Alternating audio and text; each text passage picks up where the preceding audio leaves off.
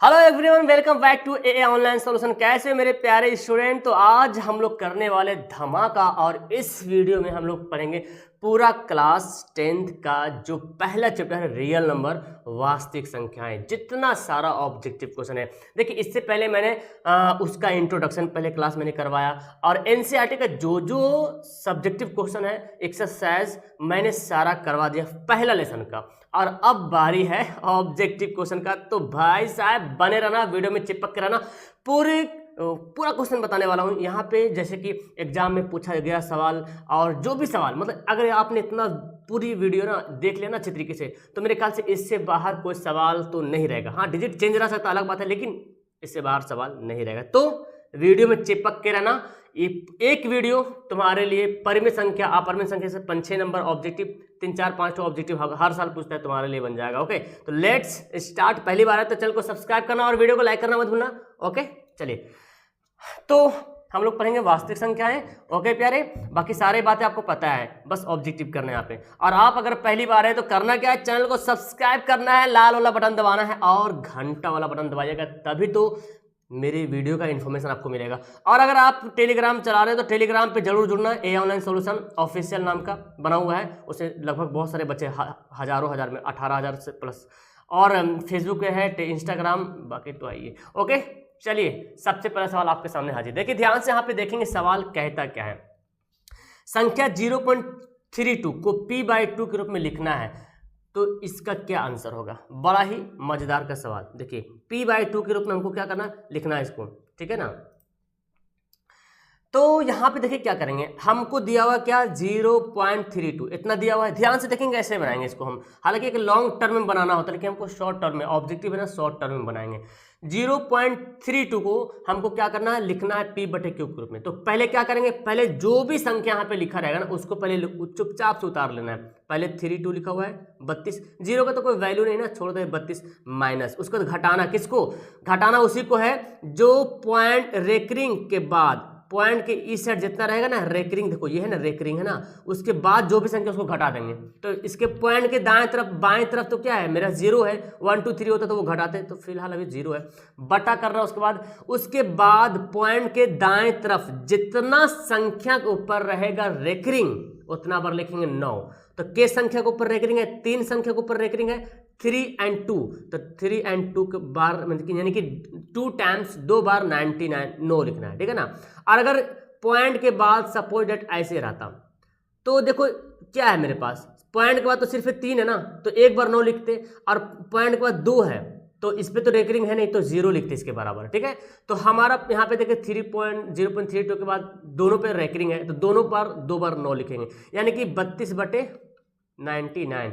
Option दिख रहा, option number सी हमारा राइट आंसर, ठीक है। एक एक सवाल को समझते जाते ध्यान से। 2 और 2.5 के बीच अपरिमेय संख्या, इर्रेशनल नंबर 2 और 2.5 के बीच क्या है, ध्यान से। अपरिमेय संख्या आपने पढ़ा, जिसको p/q के रूप में नहीं लिख सकते, और नॉर्मल से ये जाने कि जिसका रूट ना हो, जिसका पूर्ण वर्गमूल ना निकले, है ना। चलिए देखिए, एक बात ध्यान से याद रखें कि √9 का वर्गमूल कितना होता है प्यारे, 3 होता है।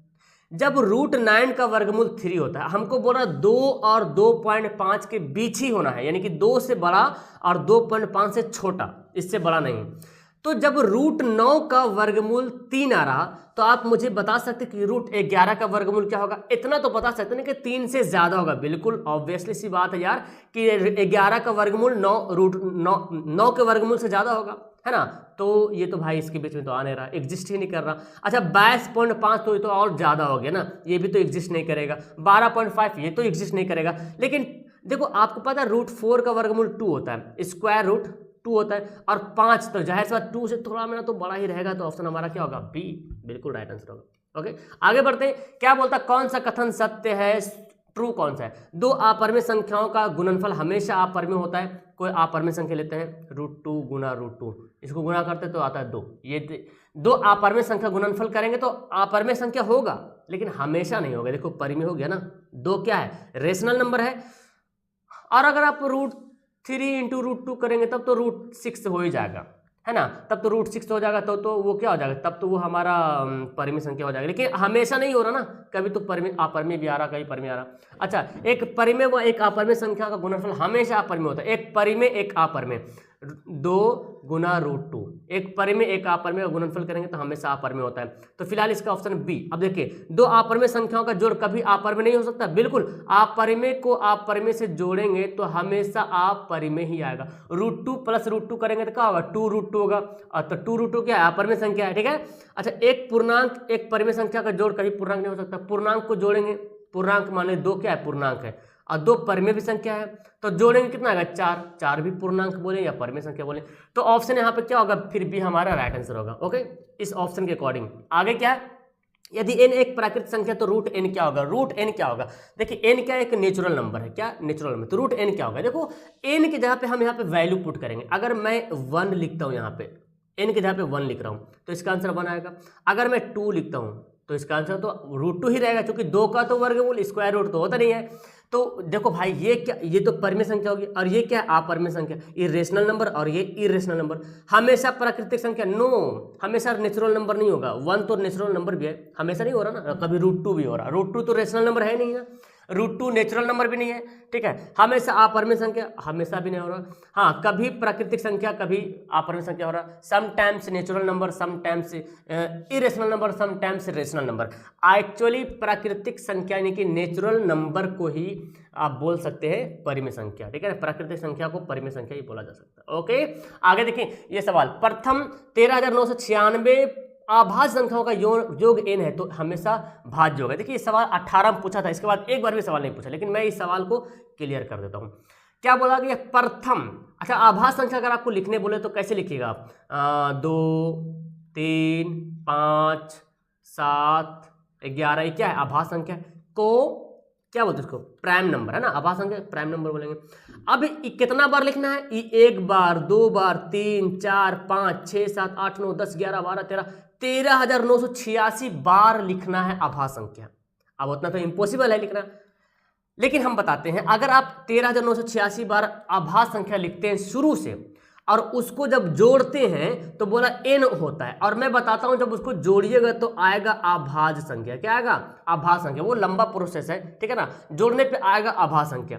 इतना आप समझे, 13,986 आभाज्य संख्या को अगर ऐड करेंगे तो क्या होगा, आभाज्य संख्या होगा। अब आभाज्य संख्या जो है कभी भी 6 से कटेगा, बोलो, आभाज्य संख्या कभी भाज्य संख्या से कटेगा, प्राइम नंबर है ना, क्या बोलते हैं को 6 से तो नहीं कटेगा, भाज्य संख्या से तो नहीं कटेगा, है ना, 4 से भी नहीं कटेगा, 8 से भी नहीं कटेगा, क्योंकि आभाज्य संख्या किसी से भी नहीं कटेगा, सिंपल सी बात है, यानी कि खुद से कटेगा, खुद ही नंबर से कटेगा, तो इनमें से कोई नहीं। ओके, देखिए क्या बोलता है, संख्या रेखा पर प्रत्येक बिंदु क्या प्रदर्शित करती है, जो ये संख्या रेखा डालते हैं ना, आप 0 लिखते हैं, 1 2 3 -1 -2 -3, तो ये क्या करते हैं, एक जो है वास्तविक संख्या को प्रदर्शित करते हैं, वास्तविक संख्या में दोनों आ जाएगा संख्या रेखा पे। ओके, एक वास्तविक संख्या को क्या करते हैं, प्रदर्शित करते हैं। ओके, आगे बढ़ते हैं। यह क्या बोलता है, कौन सा भिन्न एक दशमलव प्रसार शांत है। अब शांत अशांत आपको जानना है, मैंने बता दिया वीडियो में। तो जिसके हर में यानी कि p/q अगर करते हैं और q का फॉर्मेट यानी कि q को जो फैक्टर करते हैं तो सिर्फ 2 और 5 के ही रूप में आना चाहिए, या तो सिर्फ 2 ही के रूप में आए, या तो सिर्फ 5 ही के रूप में आए, या 2 और 5 के रूप में आए। अगर इसी शक्ल में आता होगा तब होगा शांत, नहीं तो अशांत, यानी कि तब होगा क्या बोलते हैं इसको, शांत को बोलते हैं आप टर्मिनेटिंग और नॉन टर्मिनेटिंग अशांत को। अब देखते हैं यहाँ पे ये तो देखो 700 है भाई, काटोगे तो 0 2 5 के अलावा तो 7 भी आ जाएगा पक्का, है ना। 2100 को काटोगे तो 21 तो आएगा, 3 7 21 भी आता है। यहाँ पे देखो 7 पर पावर 3 है, तो ये इतना 7 पर पावर 3 को ही गुना करेंगे, 7 गुना 7 गुना 7 तो 343 हो जाएगा, तो कट गया।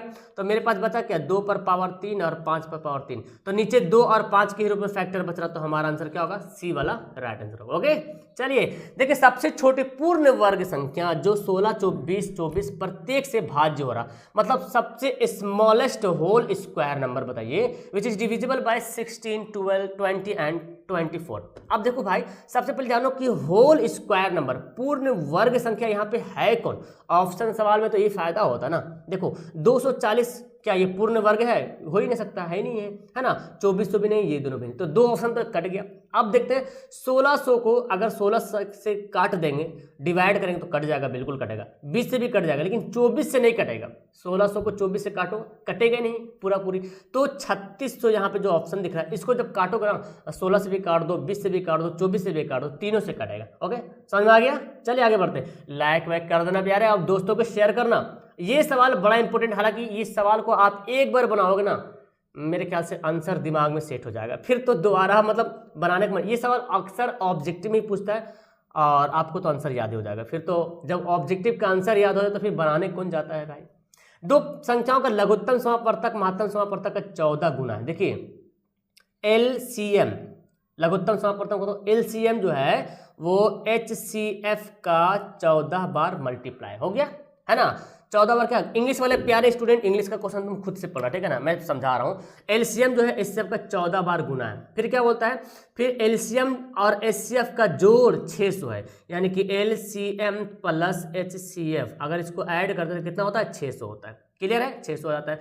तो अब देखो यहाँ पे मैंने पहला समीकरण में क्या लिखा कि LCM बराबर 14 HCF, तो हम LCM के यहाँ पे 14 HCF लिख सकते हैं, बोलो। बिल्कुल लिख सकते हैं यार, क्यों नहीं लिख सकते हैं, हो गया ना। और ये हमारा HCF बराबर 600, तो 14 HCF और 1 HCF, तो कितना हो गया? 15 हो गया। जोड़ देंगे ना, HCF को जोड़ दिया, 14 और 1 15 हो जाएगा, 600। तो 15 चौके 60, 40, तो HCF बराबर कितना आ गया? 40। तो HCF बराबर 40 हो गया। तो अब यहाँ पे HCF का वैल्यू यहाँ पे पुट कर देंगे और 14 से मल्टीप्लाई कर देंगे, तो 14 चौक 56, 560 क्या हो जाएगा? LCM, है ना जी, क्या हो जाएगा? LCM हो जाएगा, क्योंकि LCM बराबर 14 HCF था। अब मुझे क्या बोलता है? बोलता है कि यदि वन नंबर इज 280, यानी कि एक संख्या 280, तो दूसरी संख्या क्या होगा? और दूसरी संख्या निकालने का फॉर्मूला क्या था? LCM गुना HCF बटा पहली संख्या, ये था ना फॉर्मूला। तो 280 से काट दो, 28 दूना 56, 40 दूना 80, तो याद हो जाएगा तुम्हारा आंसर एक बार में, 80 इसका आंसर आना है। ओके, चलो आगे क्या बोलता है? महत्तम समापवर्तक निकालिए, यानी कि ग्रेटेस्ट कॉमन फैक्टर, जिसको आप बोल सकते हैं HCF, ये पावर 4 है, ठीक है ना। 6x पर पावर 4 y और 12xy, ठीक है। अब यहाँ पे क्या करेंगे? HCF निकालेंगे। तो देखिए दोनों में कॉमन क्या हो रहा है? 12, 6 और 12 में क्या कॉमन होगा? 6 कॉमन हो जाएगा। और x पर पावर 4, यहाँ पे x पर पावर 1, तो भाई साहब x तो एक ही पावर तो कॉमन होगा, तो 6xy, है ना, ऑप्शन नंबर डी। क्लियर है? आगे बढ़ते हैं। देखिए 64 के वर्गमूल को 64 के घनमूल से भाग देने का मान क्या होगा? ये सवाल पूछा है बहुत बार। तो 64 के वर्गमूल क्या होता है बताओ? 64 का वर्गमूल क्या होता है? यानी कि 64 का अगर स्क्वायर निकालते हैं तो 64 का वर्गमूल 8 होता है। और 64 का घनमूल क्या होता है प्यारे? घनमूल 4 गुना 4 गुना 4, तो 4 हो जाएगा, होता ना। 64 का घनमूल 4 होगा और 64 का वर्गमूल 8 होगा। इसको बोलते हैं भाग दीजिए, तो भाग कर देंगे, 4 दूना 8, कितना आ गया? 2, है ना। घनमूल से किससे भाग करना? घनमूल से भाग करने, इसलिए घनमूल को नीचे लिखा। सवाल बोला घनमूल से भाग करना है, तो घनमूल को यानी कि क्यूब रूट, तो क्यूब रूट को नीचे लिखना है। ओके, चलिए आगे बढ़ते हैं। ये बोलता है किसके बराबर है? तो बड़ा आसान सा सवाल है भाई। तो देखो 10 है ना और 15 है, 10 और 15 को गुना कर दो। पहले हम ऐसे गुना कर सकते हैं स्क्वायर रूट को, 150। अब 150 को तोड़ो, 25 25 25 छक 150, लो टूट गया। और 5 5 जोड़ा मिल गया, बाहर निकल जाएगा, जोड़ा वाला बाहर, और यहाँ पे बच गया अंदर 5√6, ऑप्शन नंबर ए। क्लियर है? ध्यान से समझना, ये एक लेसन तुम्हारा जो रियल नंबर है खत्म। सबसे छोटी अभाज्य और सबसे छोटी भाज्य संख्या गुणनफल क्या होगा? भाज्य अभाज्य वाला चैप्टर में मैंने आपको बताया था कि अभाज्य संख्या में सबसे छोटी अभाज्य संख्या कौन है? 2 है, यानी कि सबसे स्मॉलेस्ट प्राइम नंबर कौन है? 2 है। और सबसे छोटा जो है स्मॉलेस्ट क्या बोलते हैं? भाज्य संख्या, है ना, कौन है? सबसे छोटी भाज्य संख्या कौन हो जाएगा? तो सबसे छोटी भाज्य संख्या 4 होता है। भाज्य संख्या जिसको जो 1 से कटे, खुद से कटे और किसी और नंबर से भी कटे, ठीक है ना। तो यहाँ पे देखें सबसे छोटी भाज्य संख्या 2 हो गया, सबसे छोटी अभाज्य संख्या 4 हो गया। तो गुना करने बोल रहा, गुना कर देंगे, 4 दूना 8, option number C. Okay dear, आगे बढ़ते हैं। देखिए क्या बोलता है? मासा अलासा, सॉरी यहाँ पे ना एलसीएम एंड यहाँ पे एचसीएफ।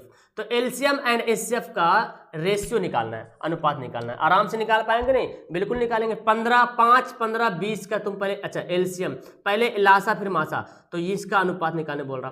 तो 5 15 20 का तुम एलसीएम निकालो, 20 एकम 20, 20 दूना 40, 20 तिया 60 हो जाएगा, और इसका एचसीएफ हो जाएगा 5। देखो तुमको तो एचसीएफ एलसीएम निकालने आता है ना प्यारे? बिल्कुल आता है सर, क्यों नहीं आएगा? ये तो नॉर्मल सा है। 12 25 60 काट दो, 5 से काट दिया, 5 12 50 5 एकम 5, 12:1 काटने आता है ना? ये सब आपका स्ट्रॉन्ग होना चाहिए। देखिए P बटे Q, P और Q दो आभास संख्या है, तो उनका मासा क्या होगा? उनका एचसीएफ, मासा बोले तो एचसीएफ, उनका एचसीएफ क्या होगा? दो आभास संख्या है। देखिए हम कोई नंबर पहले लेते हैं ना, जैसे देखिए 3 और 5 दो आभास संख्या है, दो प्राइम नंबर है। ओके, कंपोजिट नंबर होता है भाज्य संख्या, कंपोजिट नंबर। तो यहाँ पे बोल रहा दो प्राइम नंबर जो है, यानी कि आभास संख्या ले लिया मैंने। अच्छा अगर मैं इसको बोलूँ इसका एचसीएफ ज्ञात करो प्यारे, तो क्या करोगे? बताओ क्या करोगे? कॉमन लोगे, लेकिन कॉमन तो यहाँ पे हो नहीं रहा है। कॉमन नहीं हो रहा, तो कितना कॉमन हो रहा है? 1 तो कॉमन हो रहा ना। 3 और 5 में क्या कॉमन होगा? 3 5 में 1 कॉमन होगा यार, सिंपल सी बात है। तो कोई भी आभास संख्या उठा लो कहीं से भी, उसका एचसीएफ निकालोगे तो 1 ही आएगा, कॉमन ही नहीं होगा। तो P और Q का भी निकालोगे तो क्या होगा? P और Q में भी तो 1 ही कॉमन है। ऑप्शन हमारा डी। ओके चलो, कौन से आभास संख्या, कितना हल्का हल्का सवाल पूछेगा इस लेसन से, बहुत हल्का सवाल पूछता है। कौन सा प्राइम नंबर है, कौन सा कंपोजिट नंबर है, कौन सा रेशनल नंबर, कौन सा इरेशनल नंबर है, कौन सा टर्मिनेटिंग है, कौन नॉन टर्मिनेटिंग है, शांत कौन है, अशांत कौन है, हल्का हल्का सवाल पूछता है प्यारे, एकदम मस्ती से। आभास संख्या कौन है प्यारे? प्राइम नंबर कौन है? तो भाई साहब समझ रहे ना? देखिए 29 किसी से कटेगा? किसी से नहीं कटेगा। 29 खुद से कटेगा और 29 से कटेगा, लेकिन और किसी से नहीं कटेगा। 25 तो 5 से भी कटेगा, 16 4 से भी कटेगा, 15 3 से 5 से। ओके, यानी कि वो सब हो गया कंपोजिट नंबर। देखिए आप परिमेय संख्या कौन नहीं है, आप परिमेय संख्या कौन नहीं, मतलब क्या हुआ? मतलब कि 3 में एक ठो अपरिमेय संख्या, 3 इनमें से 3 अपरिमेय संख्या है और एक परिमेय संख्या नहीं होगा। चलिए इसको देखते हैं, 64 बटे 81 का वर्गमूल। तो 64 का वर्गमूल 8 निकलेगा, 81 का 9, तो ये तो निकल गया ना, ये तो हो गया परिमेय संख्या। कौन?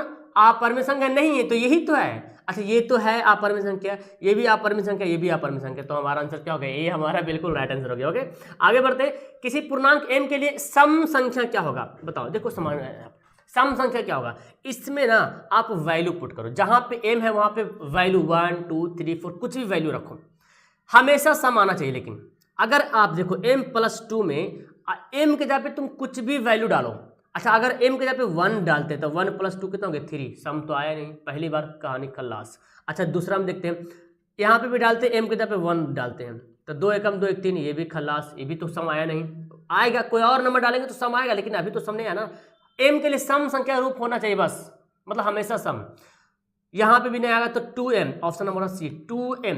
अभी यहाँ पे 2m के जगह पे m में कुछ भी वैल्यू डालो, 2 गुना 1 2 होगा सम संख्या, 2 गुना 5 5 गुना 10 होगा सम संख्या, यानी कि इवन नंबर, 2 गुना 6 6 गुना 12 इवन नंबर हो गया, ऑप्शन हमारा सी। ओके डियर, देखिए 3.27 और उस पर रेकरिंग डाला हुआ, रेकरिंग डाला हुआ, तो बोलते हैं कौन सी संख्या है भाई साहब? 3.27 ऐसे रेकरिंग जा रहा, तो क्या बोलेंगे इसको? देखो इसका मतलब 2.27 ये है ना। और इसको हम क्या बोलेंगे? बोलो बोलो बोलो, इसको बोलेंगे प्राकृतिक परिमेय संख्या, रेशनल नंबर बोलेंगे। आप परिमेय संख्या इसको नहीं बोलेंगे। अच्छा आप परिमेय संख्या कैसे होगा सर? मैं बताता हूँ, ऐसे वो सवाल आएगा। आप परिमेय संख्या में ऐसे रहेगा 3.21 221 2221 2221, देख रहे हैं ना, 21 2 2 फिर रिपीट हुआ, फिर 3 बार हुआ, ऐसे रहेगा तो अपरिमेय संख्या होगा। और इस तरह से रिपीट होगा 3 3 3 3 3 7 7 7 7 2 7 2 7 2 7, तो परिमेय संख्या होगा। ठीक है, याद रखेंगे। आगे बढ़ते हैं, बोलता है किसका दशमलव प्रसार शांत है? अब शांत अशांत जानिए। शांत शांत जानते हैं। देखिए यहाँ पे तो 2 ऑप्शन दिख जाएगा, एग्जाम में ही पूछा गया था। देखो एक तो हमारा आंसर ये होगा 3/8, क्योंकि 8 को तुम जब फैक्टर करोगे तो 2 के रूप में टूटेगा, है ना, 2 गुना 2 गुना 2। ठीक है, हमारा बी भी आंसर हो जाएगा 6/15। तुम 15 को फैक्टर करो, 3 गुना 5 3 5 15, देखो भाई, है ना, सॉरी 6 है ना, 3 दूना 6, तो 2/5, तो नीचे 5 आया ना, 2 या 5 के रूप में आना चाहिए था, तो आ गया, तो ये भी क्या हो गया शांत। तो दोनों ऑप्शन हमारा ए और बी, हालांकि एग्जाम में आप ऐसे नहीं देगा, कोई एक ही ऑप्शन देगा। चलिए बोलता आप परिमेय संख्या को p बटे q के रूप में लिख सकते? कभी नहीं लिख सकते यार। आप परिमेय संख्या को हम p बटे q के रूप में क्यों लिखेंगे? हमको पता है परिमेय संख्या को ही p बटे q के रूप में लिखा जा सकता है, तो यहाँ पे तो नो हो जाएगा, है ना। परिमेय संख्याओं और अपरिमेय संख्याओं का समूह को क्या कहते हैं? ये तो लेसन का नाम है, क्या? वास्तविक संख्या। और परिमेय संख्या को आप प्राकृतिक संख्या ही बोल सकते हैं, लेकिन प्राकृतिक संख्या को परिमेय संख्या नहीं बोल सकते। हर परिमेय संख्या को प्राकृतिक संख्या, क्योंकि उसी के अंदर वो आ जाएगा, ठीक है ना। तो वास्तविक संख्या इसको बोलेंगे। चलिए आगे बढ़ते हैं जी। क्या जीरो किसी पूर्णांक को विभाजित करता है? बोलो भाई, जीरो किसी पूर्णांक को विभाजित करता है, मतलब 4/0 क्या किसी को विभाजित करेगा? 4/0 का आंसर क्या होगा? इनफिनाइट, है ना। हाँ, 0/4 करेंगे तो 0 हो जाएगा, यानी कि कोई संख्या 0 को विभाजित करेगा लेकिन किसी संख्या को 0 विभाजित नहीं करेगा, इनफिनाइट हो जा रहा। No, option number B. आगे बढ़ते हैं जी। 156 के अभाज्य गुणनखंड में 2 का महत्तम घात क्या होगा? बड़ा हल्का सवाल है, तो जब भी सवाल, हालांकि हर बार सवाल पूछता है ये वाला। 156 के अभाज्य गुणनखंड कीजिए, यानी कि को फैक्टर कीजिए। 2 7 14, 2 8 16, काटो फटाफट। 2 3 6, 2 9 18, 13 3 39, है ना, हो गया। अब बोलता 2 का घात, तो 2 गुना 2 गुना 3 गुना 13 मेरे पास आया फैक्टर होके। तो 2 कितना बार आया? 2 आया 2 बार। कितना बार आया? 2 ही बार आया ना। ऑप्शन क्या हो जाएगा? जिस पे घात बोलेगा वो देखना वो कितना बार रिपीट हुआ है। ओके।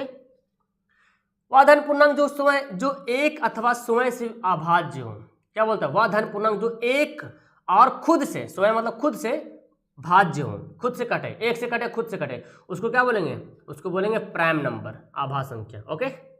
चलिए, सबसे छोटी आभाज्य संख्या जो सवाल आ गया, सबसे छोटी प्राइम नंबर क्या होगा? स्मॉलेस्ट प्राइम नंबर क्या होगा? 2 होगा, है ना। और सबसे छोटी भाज्य बोलेगा, यानी कि कंपोजिट नंबर बोलेंगे तो 4 हो जाएगा। ठीक है। चलिए बोलते हैं क्या बोलते, किस प्रकार की संख्या है? तो भाई साहब इसको देखना पड़ेगा, गुना कर दो। ऐसे आपने पढ़ा होगा एनसीईआरटी में, इसको गुना कैसे करेंगे?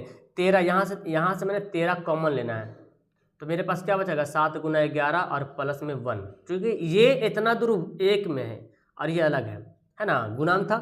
और 11 से 77, 1 78, इसको गुना करोगे तो आ जाएगा 13 8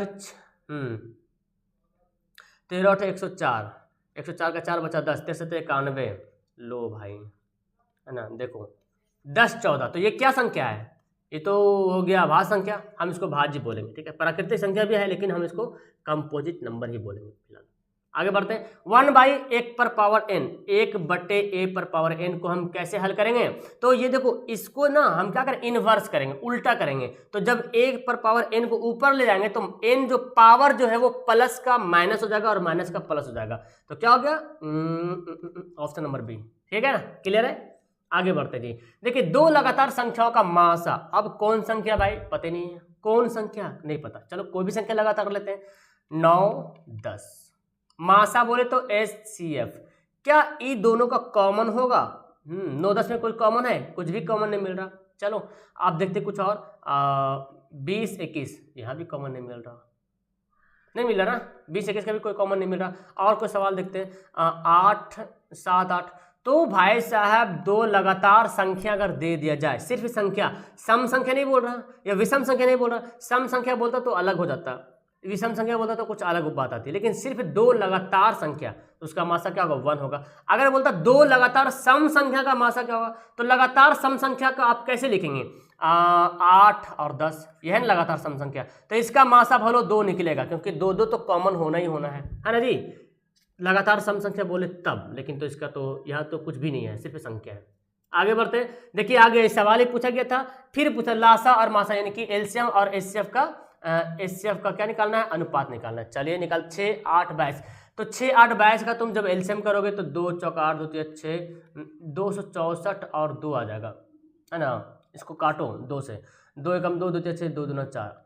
देखो मैं बता रहा हूँ, 6 8 22 का ना तुम एलसीएम निकालो, लासा निकालना आता है एलसीएम, टाइम क्यों वेस्ट करना है, निकाल लो, 264 आएगा। और इसका तो मासा समझ रहे हैं, 2 ही आएगा, 6 8 22 में तो 2 ही कॉमन होगा, तो इसका आंसर क्या होगा?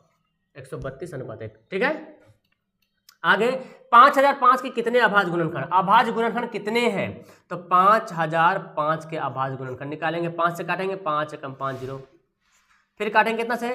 फिर काट दो, 11 से काट दो, 11 9 99, 11 कम 11 और 13 7 91। देखिए कितना पीस आया, 1 2 3 4। कितना अभाज्य गुणनखंड है, तो ये है 4 अभाज्य गुणनखंड है। ओके, देख 96 का अभाज्य गुणनखंड क्या होगा, क्या होगा बताओ भाई क्या होगा। तो हमको क्या करना, अच्छा ये पावर लिखा हुआ 2 पर पावर 4, सॉरी यार यहाँ पे 2 सब पावर है ना, इधर वाला सब पावर लिखा हुआ 2 पर पावर 4 गुना 3 पर पावर 2, 2 पर पावर 3 गुना 3 पर पावर 3, 2 पर पावर 5 गुना 3, 2 गुना 3 पर पावर 5, ऐसे पावर को इधर हो गया। तो 96 को क्या करेंगे, फैक्टर करो, 2 चौका 8, 2 8 16 ना, ठीक है, 24 दूना 48, 12 दूना 24, 6 दूना 12, 3 दूना 6। तो 2 कितना बार आया, 1 2 3 4 5 बार आया, 2 आया 5 बार, तो ये हो गया 3 एक बार आया। ऑप्शन क्या हो गया, सी हो गया। क्लियर है, समझ में आ रहा, मजे से। √3 क्या है, ऐसा सवाल पूछा गया है, √3 परिमेय है अपरिमेय है, क्या है भाई बताओ। √3 जो है अपरिमेय संख्या, क्या है, अपरिमेय संख्या है ना, जिसको चूंकि √3 का तो 3 का तो वर्गमूल निकलेगा नहीं। आगे बढ़ते हैं, कौन आभाज्य संख्या है। देखिए ये भी सवाल पूछा गया, सर इतना हल्का हल्का सवाल क्यों दे रहे, सवाल प्यारे आपके एग्जाम में सवाल पूछा गया, इसलिए मैं यहाँ पे ला रहा हूँ, आपको दिखा रहा हूँ कि ऐसा सवाल आता है इस लेसन से।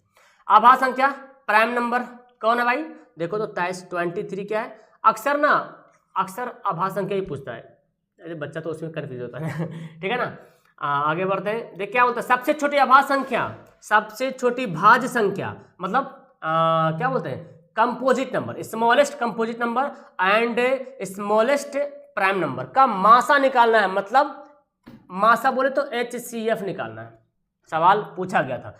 तो बताओ सबसे छोटी भाज्य संख्या कौन है, सबसे छोटी भाज्य संख्या कौन है प्यारे, 4 है, और सबसे छोटी आभाज्य संख्या कौन है, 2 है। इसका निकालो HCF, 2 और 4 का HCF तो 2 ही आएगा ना सर जी, है ना जी, 2 ही आएगा, ठीक है। चलो फिर देखो आ गया, ये सवाल बोला ना पूछा गया, 2 10 20 के लासा और मासा का अनुपात निकालना। तो 2 10 20 का क्या होगा, लासा बोले तो LCM और मासा बोले तो HCF।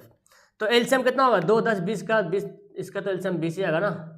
चलो और HCF तो 2 आएगा, काट दो 10:1, 10:, ऑप्शन नंबर बी हो गया। क्लियर है, आगे बढ़ते हैं। हाँ यहाँ पे तो मिट गया है दैया, कौन परिमेय संख्या है, परिमेय संख्या कौन है, यहाँ पे मिट गया है, मैं यहाँ पे लिख देता हूँ, ठीक है ना। यहाँ पे था कितना 9, शायद कुछ ऐसे था 9/√9/√16 ऐसे था, यहाँ पे मैं डालता हूँ 7। तो बताओ परिमेय संख्या कौन है, यहाँ पे देखो पहला ऑप्शन ए भी जो दिख रहा है ये तो अपरिमेय संख्या, क्योंकि देखो यहाँ पे √3 क्या अपरिमेय, परिमेय संख्या के साथ अगर अपरिमेय संख्या सट जाए, जुड़ जाए, तो भाई साहब वो अपरिमेय संख्या ही हो जाएगा, ठीक है ना। तो ऑप्शन क्या हो जाएगा, सी हमारा हो जाएगा, 9 का वर्गमूल 3, 16 का वर्गमूल 4। ओके चले आगे देखिए, यहाँ पे कौन अपरिमेय संख्या नहीं है, ओ अच्छा, मतलब परिमेय संख्या कौन है ना। तो इसका तो ऑप्शन ही मिस्टेक हो गया, यहाँ पे ऐसे करो और सवाल को मैं करता हूँ, कौन परिमेय संख्या नहीं है ना, which is not rational number, ठीक है ना। अब बताओ परिमेय संख्या कौन, ये तो देखो 256 तो 16 का वर्गमूल है, 44 12 का वर्गमूल है, 196 जो है 13 का वर्गमूल, तो ये तीनों परिमेय संख्या होगा। 27 तो 27 का वर्गमूल तो निकलेगा नहीं, तो ये क्या हो गया, अपरिमेय संख्या, ऑप्शन नंबर डी। ओके आगे बढ़ते हैं, हाँ दो संख्याओं a और 18 का लासा यानी कि एलसीएम 36 है और मासा 2 है, तो a का मान क्या होगा। तो फॉर्मूला आपने क्या पढ़ा, पहली संख्या गुना दूसरी संख्या, दो संख्या है ना, a जो है पहली संख्या और 18 जो है वो दूसरी संख्या, तो पहली संख्या गुना दूसरी संख्या बराबर एलसीएम गुना एचसीएफ, फॉर्मूला था। तो एलसीएम 3 है 36 है, एचसीएफ 2 है, ये फॉर्मूला था ना, पहली संख्या गुना दूसरी संख्या बराबर एलसीएम गुना एचसीएफ। तो पहली संख्या a है, दूसरी संख्या 18 है, एलसीएम 36 है, एचसीएफ 2 है, तो 18 दूना 36, a का मान कितना हो गया 2 दूना 4। Okay option C. आगे बढ़ते हैं प्यारे, हाँ देखो सवाल आ गया 2.111113 देख रहे हैं यहाँ पे, अब यहाँ पे घट रहा बात वही है ना, वही तो बात है, क्या हो रहा अपरिमेय संख्या हो रहा, ये क्या होगा, ये ऐसे घटते जाएगा पॉइंट में अपरिमेय संख्या। ये मेरे ख्याल से शायद सॉरी ये ना हिंदी वाला सवाल मिस्टेक हो गया, इंग्लिश वाला सवाल देखो यहाँ पे 13111311131113 ये देखो बढ़ते जा रहा, ऐसे बढ़ते जाएगा 111113111113 ऐसे बढ़ते जाएगा, तो यहाँ पे ना उल्टा हो गया एक्चुअली। तो ऑप्शन हमारा क्या होगा, सी हो जाएगा अपरिमेय संख्या। चलो आगे बोलते हैं, सआभाज्य संख्या का मासा क्या होगा। सआभाज्य संख्या किसको कहते हैं प्यारे, सआभाज्य संख्या कहते हैं वैसी दो आभाज्य संख्या है, वैसी दो प्राइम नंबर जिसका एचसीएफ 1 हो तो भाई साहब सहअभाज्य उसी को बोलते हैं जिसका प्राइम नंबर 1 हो, जिसका एचसीएफ 1 हो। कोई भी संख्या लेते दो सहअभाज्य संख्या, जिसका एचसीएफ 1 हो उसी को बोलते हैं सहअभाज्य संख्या, ऑप्शन बी। आगे बढ़ते हैं, 144 के अभाज्य गुणनखंड में 2 का घातांक कितना होगा? तो करते हैं फटाफट, 144 का फटाफट करते हैं। 2 7 14, 2 दूना 4, 2 3 6, 2 6 12, 18 दूना 36, 9 दूना 18, 3 3 9, है ना। तो कितना बड़ा है? 2 गुना 2 गुना 2 गुना 2 गुना 3 गुना 3, 2 4 4 8 9 16 17 48 48 3 48 48 24, ठीक है। ये हो गया तो हमारा क्या गुणनखंड हो गया, फैक्टर हो गया। अब 2 कितना बार आया? 2 आया 4 बार, तो 2 का घात 4, घात मतलब पावर, और 3 2 बार आया, तो क्या हो गया आंसर हमारा? सी हो गया। सवाल पूछा गया, एनसीईआरटी किताब में भी सवाल दिया हुआ है। ओके, कौन एक अपरिमेय संख्या है? अपरिमेय संख्या किसको बोलते हैं? देखो निकालो भाई, अपरिमेय, ये तो परिमेय संख्या है। देखो 64 का वर्गमूल निकल जाएगा, 81 का निकल, 289 का निकलेगा, बिल्कुल निकल, ये तो सब निकल जाएगा ना, 119 का नहीं निकलेगा, 981 इसको निकल जाएगा, 9 116 यहाँ पे पड़ गया, मिस्टेक हो गया मेरे से। एक्चुअली ऑप्शन देखो यहाँ पे दो सवाल, ऑप्शन बी ऑप्शन डी दोनों से होगा, ठीक है ना।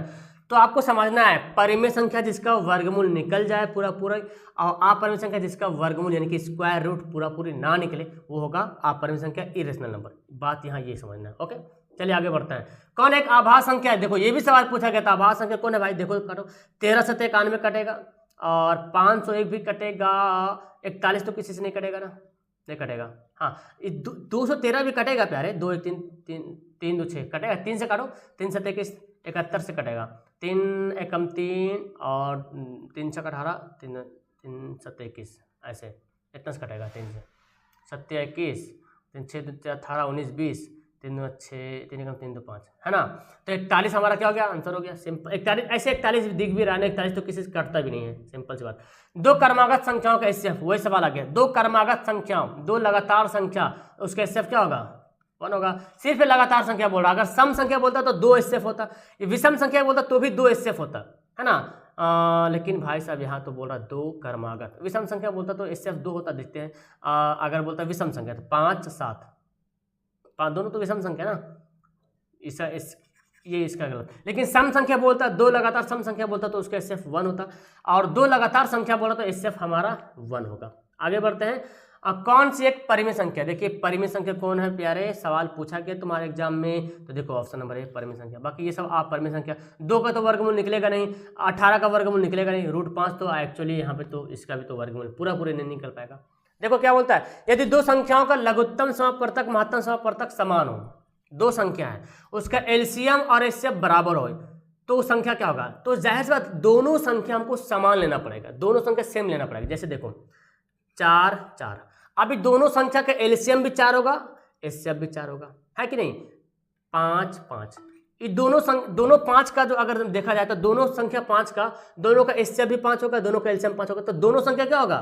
ना तो हम उसको भाज्य बोलेंगे ना तो अभाज्य बोलेंगे, दोनों संख्या समान है। आगे बढ़ते हैं। 3 से बड़ी किसी भी अभाज्य संख्या से कोई वर्ग को 6 से विभाजित करने पर शेषफल क्या होगा? सवाल पूछा था 3 से बड़ी किसी भी अभाज्य संख्या। अब देखो 3 से बड़ी किसी भी अभाज्य संख्या, तो 3 से बड़ी लीजिए कौन कौन अभाज्य संख्या? 3 से बड़ी अभाज्य संख्या प्राइम नंबर, 3 से बड़ी कौन कौन है? 5 है, 7 है, 11 है, ठीक है। अब इसका वर्ग कीजिए, स्क्वायर कीजिए, तो पहले एक ही का ट्राई करते ना 5, तो 5 का स्क्वायर कर देंगे तो कितना हो गया? 5 का स्क्वायर 25 हो गया। अब इसको 6 से भाग कीजिए, डिवाइड कीजिए, 6 से डिवाइड करेंगे तो बोलता शेषफल क्या होगा? हमेशा इसका शेषफल 1 आएगा। देखो करो, 6 चौक 24, 1 शेषफल बच गया। हमेशा 3 से बड़ी जितना भी प्राइम अभाज्य संख्या है उसको तुम 6 से डिवाइड करके देखो, 7 का स्क्वायर करोगे क्या होगा? 49 होगा, इसको भी 6 से डिवाइड, 6 8 48, 1 बचेगा, हमेशा शेषफल 1 बचेगा। ओके, चलो खत्म होने वाला। ये सवाल तो अक्सर सवाल में पूछता है, एक हालांकि 2-3 टाइप का सवाल बनता है ये वाला कि एक वृत्ताकार पथ है और एक बंदा यहाँ से दौड़ता है, एक बंदा यहाँ से दौड़ता है, एक बंदा यहाँ से, मतलब तीनों एक साथ दौड़ना शुरू करता है, लेकिन तीनों का टाइमिंग एक बंदा 1 ही घंटा में पूरा कर लेता है ना, दूसरा बंदा 3 घंटा में पूरा करता है, तीसरा बंदा 5 घंटा में पूरा करता है, चक्कर मतलब, ठीक है ना, समय लगाता है, मतलब एक चक्कर घूमने में क्या बोलता है, तो एक चक्कर लगाने में इतना टाइम लगाता है, ठीक है ना। अब एक बंदा बहुत तेज है जो 1 ही घंटा में पूरा चक्कर कर लेता है और दूसरा बंदा 3 घंटा में करता है, तो भाई साहब एक बंदा तो भाई साहब 1 घंटा, दूसरा जो बंदा 3 घंटा में करता है तो एक बंदा तो 3 चक्कर कर लेगा तो देर में, है ना। तीसरा बंदा 5 घंटे में करता है तो पहला बंदा तो 5 बार घूम लेगा ना। तो बोलता कि एक समय ऐसा आएगा जो तीनों फिर से एक साथ हो जाएगा, उस समय कितना होगा। तो जब भी सवाल पूछेगा ऐसा तो हमको एलसीएम निकालना। क्या निकालना है? एलसीएम, लघुत्तम समापवर्तक। 3 गुना 5 15, तो 15 घंटा में तीनों एक बार मिल जाएगा। फिर दौड़ेगा, फिर आगे पीछे होगा, फिर 15 घंटा मिल जाएगा। तो इस तरह से 2-3 सवाल बनता है। मैंने एक सवाल बता दिया, समझ में आ जाएगा आपको। क्या निकालना है? मासा। मासा बोले तो एसएफ, आपको एसएफ ही ज्यादा पढ़ना है इसमें। अब देखो इसमें देखो कॉमन क्या हो रहा, 3 पर पावर 3 और यहाँ पे 3 पर पावर 2, तो क्या लिखेंगे? कॉमन क्या करेंगे? 3 पर पावर 2 कॉमन करेंगे। पावर हमको देखना है, 3 पर पावर 3 है, 3 पर पावर 2 है, तो दोनों में कॉमन कितना होगा? 3 पर पावर 2 तो कॉमन हो जाएगा ना, ऑब्वियसली सी बात है। अच्छा 2 है यहाँ पे एक बार, यहाँ पे 2 पर पावर 2 है तो एक ठो तो कॉमन हो जाएगा। 5 5 कॉमन, 3 तिया 9, 9 दूना 18, 18 पचे 90, ये ना 3 तिया 9 दूना 18, 18 पचे 90, ऑप्शन है। ओके, कौन परिमेय संख्या बताइए भाई? परिमेय संख्या कौन? देखो पाई जो है क्या है? पाई जो है अपरिमेय संख्या है, इरेशनल नंबर है पाई। और पाई का मान जो 22/7 होता है वो परिमेय संख्या होता है। तो परिमेय 2 परिमेय और पाई अपरिमेय, तो परिमेय अपरिमेय को गुना करेंगे तो 5 अपरिमेय संख्या आएगा। यहाँ पे काटो, यहाँ पे तो कुछ और दिख रहा ना, कौन अपरिमेय संख्या है भाई साहब? तो अच्छा ठीक है, यहाँ पे करते हैं, इसको कर सकते हैं, काट देंगे तो 3 बचेगा, 3 तो परिमेय संख्या होगा। हाँ तो ये तो हमारा अपरिमेय संख्या हो गया ना ऑप्शन नंबर बी में। लेकिन देखते क्या सी वाला परिमेय संख्या है। हम जो 2√8 जो √8 लिखा हो ना, √8 को आप कैसे लिखोगे? 2√8 लिखोगे, 2√2 लिखते कि नहीं? √8 को आप क्या लिखोगे? 2√2 और नीचे √2 लिखा हुआ है, तो √2 कैंसिल कर दो 4, तो 4 तो परिमेय संख्या हो गया, ऑप्शन नंबर बी हो गया। चलिए 8/15 का दशमलव प्रसार क्या होगा? तो इसको यार 8/15, तो 15 का तुम तोड़ो कितना होगा? 3 गुना 5, तो ये क्या होगा? शांत क्या शांत? ये होगा नॉन टर्मिनेटिंग, आसान हो जाएगा। ओके, 92/115 का सरलतम रूप क्या होगा? मतलब सिंपलेस्ट, सरलतम रूप मतलब सिंपलेस्ट, काट छाड़ कर छोटा कर दो, 92/115, तो 23 चौक 92, 23 25 115, 4/5, ऑप्शन नंबर बी। ओके, आगे बढ़ते हैं। 2 परिमेय संख्या के बीच अधिकतम कितनी परिमेय संख्या हो सकती है? इस सवाल तो बहुत पहले से पढ़ते आ रहे हैं कि 2 परिमेय संख्या के बीच अधिकतम जो है अनगिनत परिमेय संख्याएं हो सकती है। ओके, आगे बोलता है किसका दशमलव प्रसार शांत है? बताओ भाई शांत किसका होगा? तो यहाँ देखो 7/88, 88 तोड़ोगे तो 11 8 88, 11 तो आ गया। तो भाई साहब तो 2 5 के अलावा तो कुछ आना ही नहीं चाहिए। 210 यहाँ पे है, अगर 21 देखा जाए 210 में 21 है ना, 0 हटा देंगे तो 21 तो काटेंगे तो 3 7 21, 3 7 आ गया, इवन होगा। 1600 यहाँ पे ठीक है, ऑप्शन नंबर सी। 1600 को जब भी तुम डिवाइड करोगे 2 5 के रूप में टूटेगा। ओके, और यहाँ पे हमारा सवाल हो गया खत्म। कैसे लगे आपको वीडियो? 57 क्वेश्चन मैंने आपको बता दिया।